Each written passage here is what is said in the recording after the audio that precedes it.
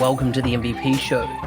My intention is that you listen to the stories of these MVP guests and are inspired to become an MVP and bring value to the world through your skills. If you have not checked it out already, I do a YouTube series called How to Become an MVP. The link is in the show notes.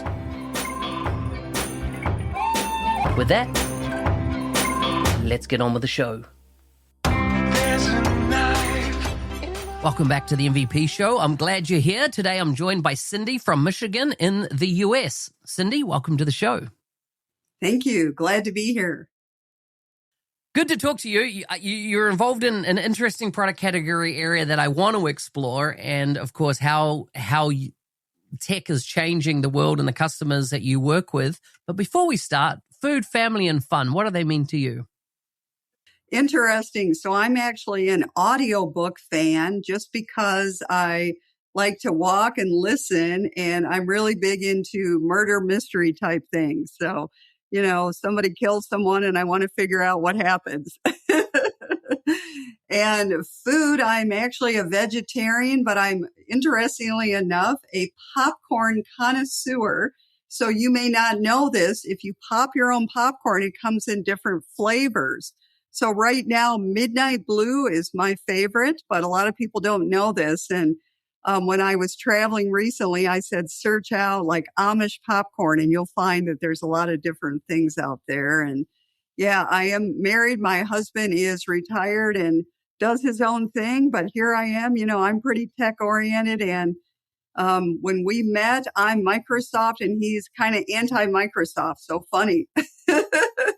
That is awesome. That is awesome. My wife worked for Google for 10 years. And I was on the Microsoft side and it was always, yes, we're two different sides of the tech equation. Yeah, he's Linux pretty much. So. So interesting you say that. I used to teach Linux 20 years ago, might have been. And no, longer than that ago, probably 25 years ago. And now I'm using it massively again for all the AI stuff I'm doing. Wow. So I'm using it in Azure, but I'm using it a lot. Like there would be hardly a day that I don't have a bash window open and interfacing directly with Linux just to do the AI stuff I'm doing. So that's so interesting that, yeah. Hey, that shirt you're wearing, I have it. I don't know if I can say that. I was at Microsoft Certified Trainer Summit and MVP Summit, and they gave me a whole bunch of shirts because they were cleaning out the closet. I was hoping they would have a 15-year because I've gone 15 years, but... I got 15, too. Have you got one with 15 on it? I do, but I don't know how many they have. I just got it. I was hoping to get that, as in that program's changed a lot over time, hasn't it? Yeah. Rohan is the new person. Ah, interesting. I don't know. I'll have to look up. They keep changing people. Tell me about Planner. You're of specialty. Tell me about it, particularly why it's relevant now in the tech landscape. Yeah, so my specialty is I'm a certified project management professional. So big in the Project Management Institute world. I know a lot of people use other methodologies. But the big question is, how do we deliver projects on time, with the right people? And it used to be everybody did Project Desktop because that was and it still is a very powerful tool. But now, really the future is collaboration and artificial intelligence. And most companies, at least the ones I work with here in the US, they do Teams as their communication portal. So Planner is basically become the project management tool of choice because it plugs into everything. And I do have an interesting trivia. Microsoft said it sort of came to be by accident. They started with tasks in Planner. They also started with To Do, and they figured out everybody needs task management. So there was one side working on those tools. There was another side working on another web product, and they ended up developing something similar and came together and made it Planner. So I guess they had to argue over the name, but Karuna from Microsoft says everybody starts with a plan. And if you frame that, whether or not you're trained in project management or not, everybody has a plan. So, yeah, does that help? Yeah, that does help. And, I've seen this whole, maybe when I was like 18 years old, even the desktop downloadable version of, what was it called? Or was it a project, right? Microsoft Project. Microsoft Project, and it's still around. You still can get it. And so there's those iterations. And then in the business application team, they started to create a whole project management, like more tailored towards service management, or particularly software IT project builds. And then, as you say, then out came Planner. And is everything now under one product team that own that kind of story now, or is it still multi-product team from Microsoft's perspective? I think they're trying to put everything together because that's what all of us want. We want one place for all our to-do items, whether we flag an email, put it on this app. I don't think it's all there. A lot of conferences, they say, we're putting it all together, but real life, it's not there yet. Interesting. After all this time, right? It's not like that blows my mind. So you mentioned To-Do, and Microsoft acquired a product started with W, out of Germany, I think, Wunderlist or something like that. And I had that before Microsoft acquired it, and it was amazing for task management. And then Microsoft took it and destroyed it, in my opinion. They took so many features out of it that were just amazing, that just worked. I think you're right. Yeah, I agree. So do people use To-Do now with Planner, like for their own individual task piece out of that Planner session? They do. So there's a couple ways to go. And I really support, hey, if To-Do is what you like, keep using it. I personally keep my own Planner plan organized by my own categories. But that's because, I'm in a meeting and people want to say, hey, you're a Planner MVP, you better demo Planner.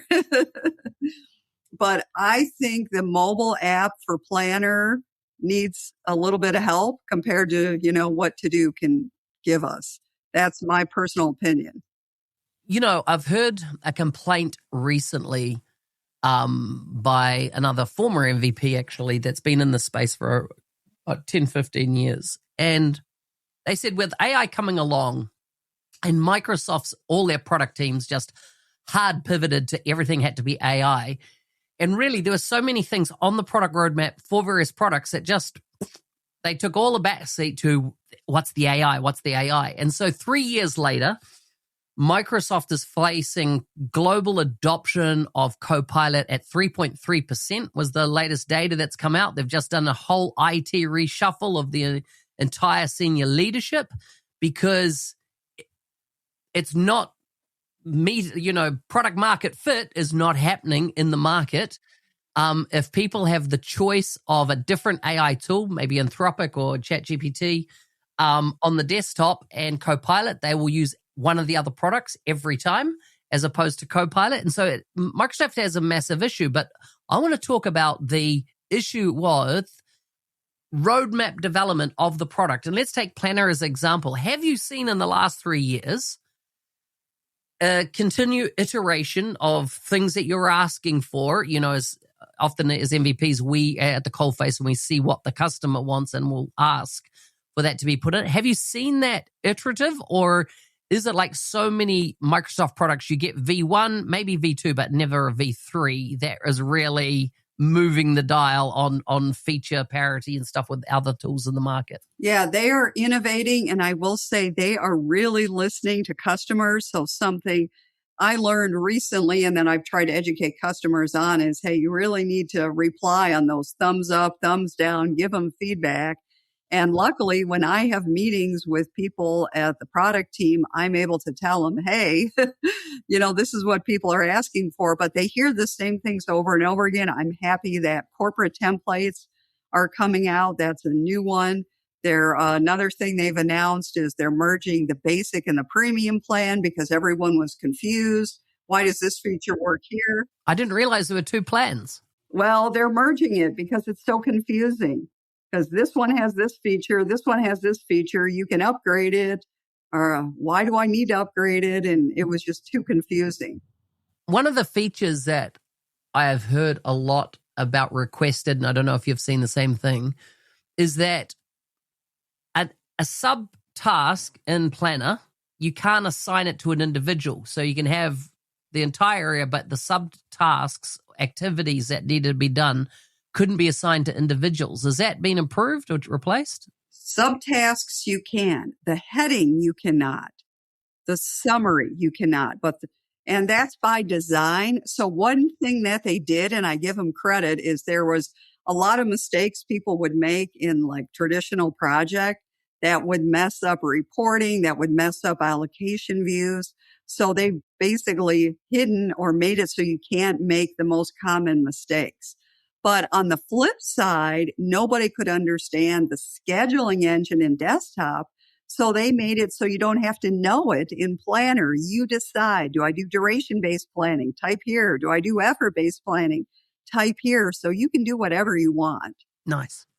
And tell me about the AI story with it. What have they done in that respect, and how much is, I notice it, one of the things when doing some research about what you did, you talked about where AI comes into the mix around project management even.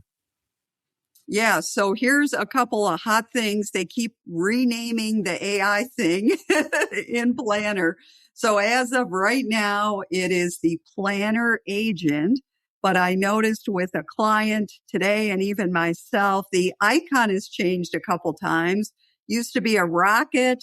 Now it's back to the traditional Copilot icon, and it's in the lower right is the current location. I've seen it move around a little bit, but the real idea is we need to be able to ask a question of my plan, even if I don't look at it and look at the updates, and have it spit out the answer. And they already have AI doing a really nice status report that used to take all of us hours. Now it's quick answers, and it can help build your plan.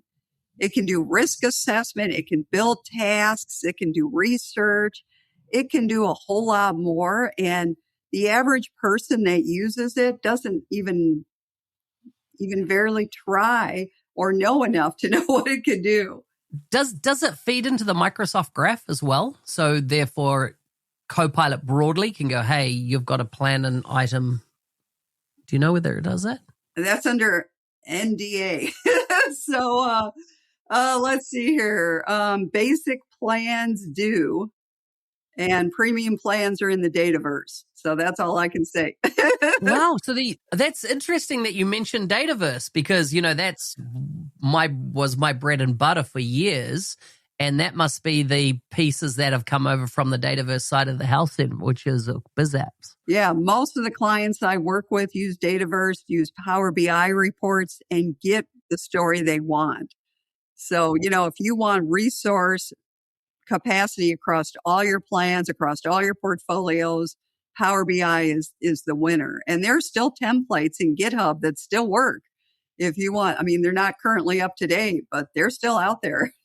That's cool. That's cool. That's really good to know, and that there is a solid AI story there with it. I've just, as we're talking, brought it up on screen and can see the last time I used it was April 2025 was the last time I've used Planner in my work. So it's been a while. It's a good way to data dump and be organized in different ways. And one of the things that I used to do really poorly was organize in some sections of my to-do items. Now I can use buckets if that's what I want to look at. I can use color-coded labels that I can rename. That's kind of the power. And, it's the little annoying things that Microsoft is fixing. They don't put it all on the roadmap. Roadmap is something big, but little things like being able to click here or drag buckets around. It's that kind of stuff that they are fixing that not everybody notices. So I give them credit. They're really evolving this tool. The one thing I will say is for anybody that watches Ignite or some other big event, you're going to see these big announcements that the average person won't see for quite a while. because companies don't roll out the M365 updates every month. They might be 3 months, 6 months down the road. You've definitely sparked my interest. Even after this call today, I'll be going and actually cleaning house and going, okay, let's revisit this because, I've got it on my subscription and see what I can do with it. You're also an M365 Copilot MVP. What's been your focus around that area? Mostly just trying to help people get to be a little more productive with what they do. And it's this really simple things like look through my email last week and what are any hot items I should have paid attention to, or I've done stuff. I haven't met with this person in a year. Review my meeting minutes. What did I discuss? What should I be thinking about? And then random brainstorming, and Copilot is really funny. So I was doing a live demo with a customer and I'm like, okay, let's search out this topic. And it put at the bottom, and this really fits you, Cindy, because you're in the planner project space. So it is learning me, and it will even know, like I was making a graphic for a customer and it says, oh, you're traveling to this customer next week. Is that the graphic you're trying to make? So it is really helping and really involving. And what I like is customers now get prompted, what can they do?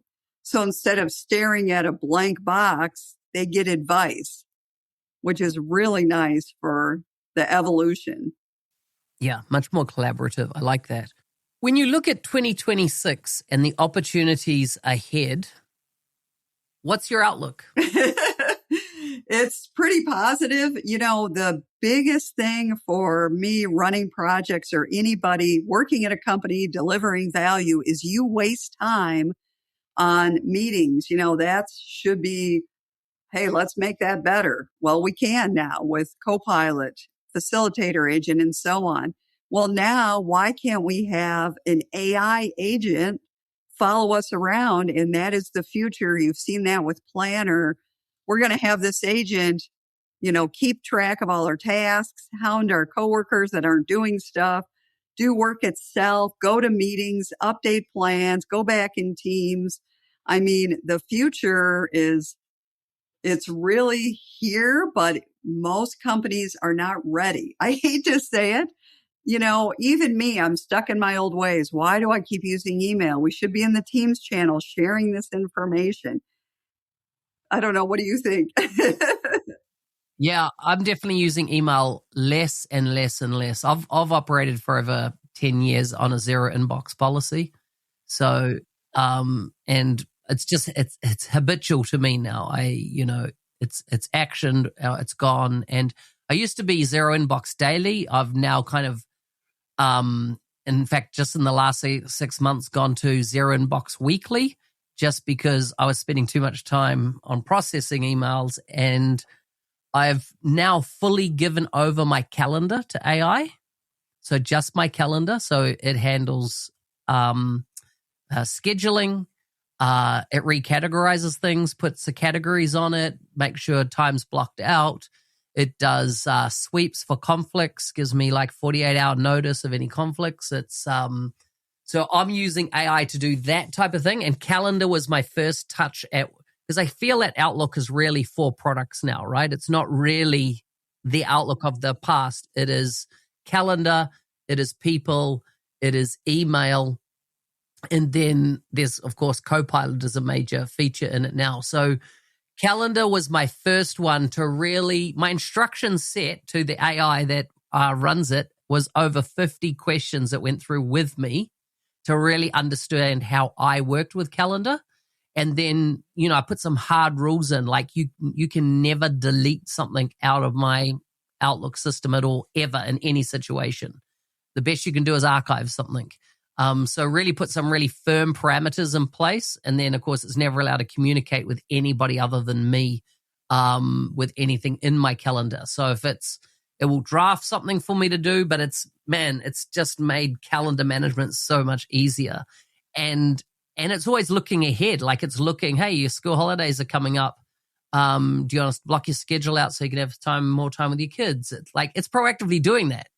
It's, so it's my first piece that I feel like it's now really my agent is an executive assistant and managing that. And that's the kind of, I really define the job description for my AI as a job role, not a automation. And so I train it on executive assistant and personal assistant type training material so that it has that kind of, dare I say it, mindset in how it interacts rather than, I feel like so many people in the space are doing AI, but they're really doing automation. They're calling it AI, but it's automation. You're right. And that is a form of AI. Yeah. You got to get Peter Taylor's book. Now it's a little bit out of date, but AI and the Project Manager. It talks about what is AI, and automation is, that is one of them. And something that you brought to mind while you were chatting is, I know clients are real concerned about, hey, is Copilot secure? So I've done tests real time. Send this confidential document to Cindy's personal email and it won't go through. So that is, certainly the customer and the company has to set it up properly or with one of our MVPs. But security is tight, even with sensitivity labels.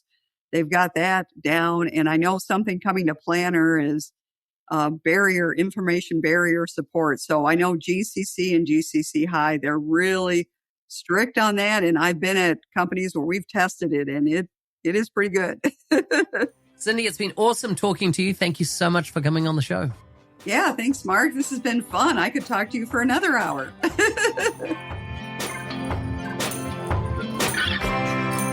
Hey, thanks for listening. I'm your host, Business Application MVP Mark Smith, otherwise known as the NZ365 Guy. If you like the show and want to be a supporter, check out buymeacoffee.com/NZ365 Guy. Thanks again, and see you next time.